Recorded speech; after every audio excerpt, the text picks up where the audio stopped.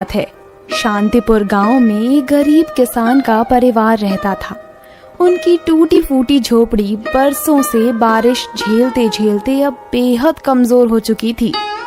रघुनाथ और उसकी पत्नी सीता अक्सर जीवन यापन करने के लिए गांव के सरपंच के यहाँ मजदूरी करते थे और अपने बच्चों के साथ खुशी खुशी रहते थे।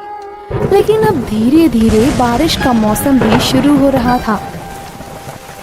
सुनो जी, देखो तो जरा, फिर से हमारी झोपड़ी की छत टपक रही है। अभी तो बारिश ठीक से शुरू भी नहीं हुई है, तो ये हाल है, आगे क्या होगा? जानता हूँ सीता, मैंने सरपंच जी से मदद मांगने की कोशिश की थी, लेकिन सरपंच जी ने मेरी बात टाल दी। तो क्या करें जी, इस बारिश की शुरुआत में तेज आंधी और तूफान भी एक साथ आ जाता है। अगर कुछ नहीं किया तो एक दिन ये छत हमारे सिर पर गिरेगी और शायद तब कोई नहीं बचेगा। क्या करूं सीता, कुछ समझ नहीं आता। कुछ भी करो जी, अब हम ऐसे नहीं रह सकते। रघुनाथ और सीता आपस में बात कर रहे होते हैं, तभी भोला और मुनिया वहाँ पर आ जाते हैं। पिताजी देखो ना, हल्की बारिश में भी झोपड़ी की छत टपक रही है। हाँ पिताजी, मैंने तो पानी टपकने वाली जगह पर बर्तन भी लगा दिया है, ऐसे तो झोपड़ी में भी पानी भरने लगेगा। फिर बच्चों की मासूमियत देखकर सीता बोलती है, चिंता ना करो बच्चों, तुम्हारे पिताजी समस्या का कोई ना कोई हल जरूर निकालेंगे। हाँ बच्चों, मैंने तो ठान लिया है, कल से 2 जगह काम करूँगा। सुबह खेत में, फिर दोपहर सेठ के गोदाम में काम करके नया घर बनवाऊंगा। ये आप क्या बोल रहे हो जी? सारा दिन सरपंच के खेतों में काम करके तो आप वैसे ही थक जाते हो, और फिर अपने खेतों का भी काम होता है, और फिर अब 2 जगह काम करने की सोच रहे हो? क्या हुआ सीता, हमारे पास कोई दूसरा रास्ता भी तो नहीं है। 2 जगह काम करके अब ज्यादा पैसे आएंगे, तभी तो हम नए घर के लिए पैसे जुटा पाएंगे। अगले दिन सरपंच के खेतों का काम खत्म करने के बाद रघुनाथ बोलता है, ठीक है सीता, तुम घर चली जाना और बच्चों की देखभाल करना। आज जरा मैं सेठ के यहाँ काम का पता लगा कर आता हूँ। ठीक है जी, लेकिन आप समय पर घर आ जाना। कुछ देर बाद रघुनाथ सेठ के गोदाम पर जाता है। नमस्ते सेठ जी। नमस्ते नमस्ते, कहो भाई कैसे आना हुआ?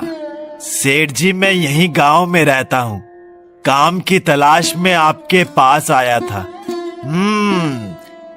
तो काम चाहिए तुम्हें, लेकिन मेरे पास तो तुम्हारे लायक कोई भी काम नहीं है। सेठ, मैं हर काम कर सकता हूँ, बेशक आप मुझे कम पैसे दे देना, बस काम दे दो। रघुनाथ की बात सुनकर सेठ सोच में पड़ जाता है और मन में बातें करने लगता है।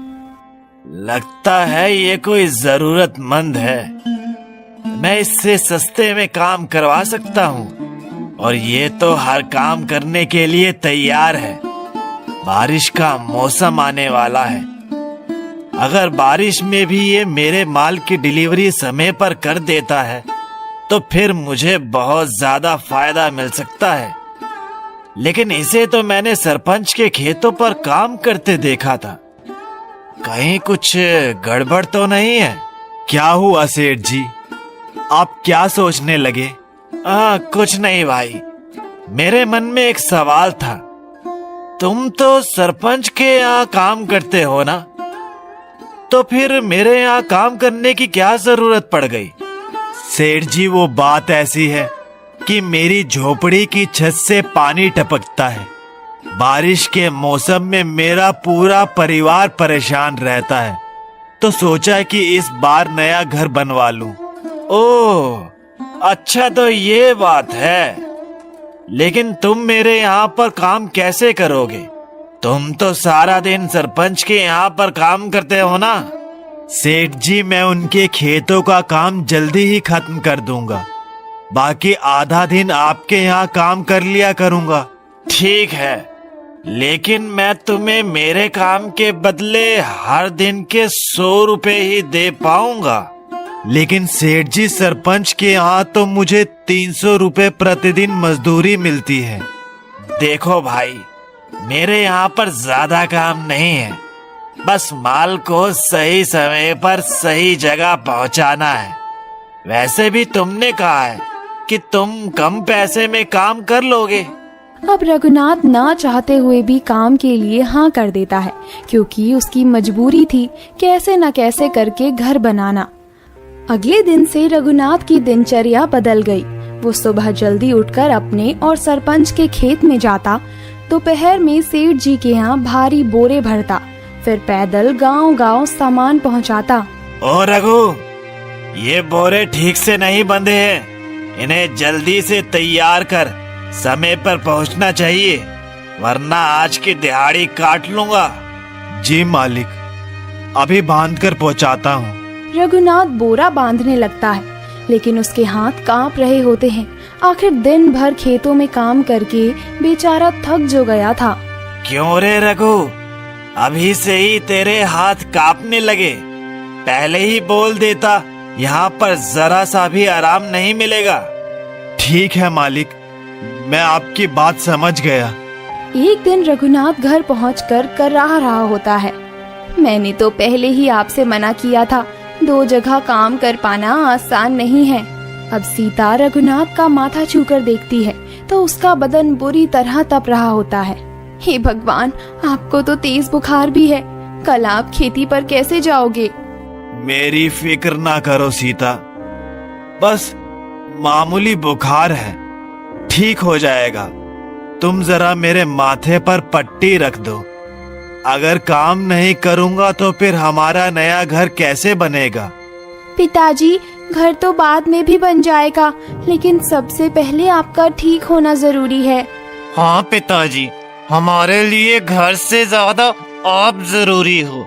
अगर आप ही ठीक नहीं रहोगे तो हम घर का क्या करेंगे?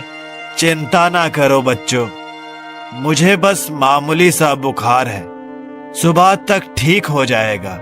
सीता रघु की बात सुनकर उसके माथे पर ठंडे पानी की पट्टी रखने लगती है। अगले दिन रघुनाथ को थोड़ा आराम मिलता है तो वो खेतों की तरफ निकल जाता है। फिर सरपंच के यहाँ काम खत्म करके वो सेठ की तरफ जाने लगता है। सुनो सीता, तुम घर पहुंचकर समय पर खाना बना लेना। अब मैं निकलता हूँ। सेठ जी के यहाँ लेट पहुँचने पर मुझे सुननी पड़ती है, इसलिए मुझे समय पर पहुँचना होगा। ऐसे ही कई दिन बीत गए। रघुनाथ दिन रात एक करके मेहनत करता गया। फिर एक दिन मौसम ने करवट ली, आसमान में काले बादल घेराए, तेज हवाएं चलने लगी। फिर दोपहर में अचानक से बारिश शुरू हो गई। उधर सेठ के यहाँ सेठ चिल्लाया, ओह रघु, बोरा उठा और जल्दी निकल, बारिश और तूफान बढ़ता जा रहा है, लेकिन डिलीवरी टाइम पे होनी चाहिए। मालिक बाहर बहुत तेज बारिश है, रास्ता भी कीचड़ से भर गया है, कल सुबह पहुंचा दूं क्या? क्या बोला तू? हैं? तू क्या यहाँ का मालिक है जो अपने हिसाब से चलेगा? अब बोरा उठा और जल्दी निकल। रघुनाथ कुछ नहीं बोला। उसने चुपचाप भीगा हुआ बोरा कंधे पर रखा और चल पड़ा। बारिश थमने का नाम नहीं ले रही थी।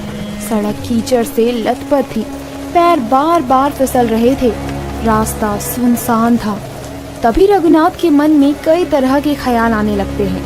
घर पर सीता मेरा इंतजार कर रही होगी, बच्चों ने भी पूछा होगा पिताजी कब आएंगे। बस एक बार ये बोरा पहुंच जाए, फिर छत के लिए तिरपाल ले आऊंगा। कम से कम घर बनने तक बारिश से तो बचे रहेंगे। रघुनाथ की आंखों में पानी था, लेकिन वो आगे बढ़ता गया। तभी एक जगह उसका पांव एक बड़े पत्थर पर पड़ा और वो फिसल गया। उसका सिर सीधे उसी पत्थर पर जा टकराया। उसे जोर की चोट लगी और रघुनाथ वहीं जमीन पर गिर पड़ा। चारों ओर अंधेरा छा गया। बारिश वैसे ही बरसती रही, लेकिन अब कोई नहीं था जो उसे उठाए। यहीं पर रघुनाथ ने अपनी आखिरी सांसें ली और हमेशा के लिए दुनिया छोड़ गया। उधर सीता लालटेन जलाकर बच्चों के साथ घर के एक कोने में बैठी थी। जहाँ पर पानी नहीं टपक रहा था। बहुत देर हो गई आज, हर दिन तो 8 बजे तक आ जाते थे, आज बारिश भी तेज है। बच्चे माँ से लिपटते हुए बोल पड़े, माँ पिताजी कब आएंगे? बस आते ही होंगे बेटा, तुम्हारे लिए मूंगफली लाने की बात कह रहे थे ना। अगली सुबह गांव की किसी राहगीर ने खबर दी, तालाब वाले मोड़ के पास एक आदमी गिरा पड़ा है, लगता है कोई हादसा हुआ है। लोग दौड़े, सीता भी वहां पहुंच गई। उसने भीड़ हटाई तो जमीन पर पड़ा था रघुनाथ, शांत, ठंडा और अब हमेशा के लिए चुप। ये आपको क्या हो गया जी? हे भगवान, तूने मेरे साथ ये क्या कर दिया? अब बच्चों का क्या होगा? मेरा क्या होगा? हे राम, तूने तो मेरा सहारा ही छीन लिया। अब मैं अकेले जीकर क्या करूंगी? तभी गांव की कुछ औरतें सीता को संभालती हैं और उसे समझाती हैं। उधर एक तरफ खड़े बच्चे अपने पिताजी को याद कर रो रहे थे। कुछ देर बाद रघुनाथ का अंतिम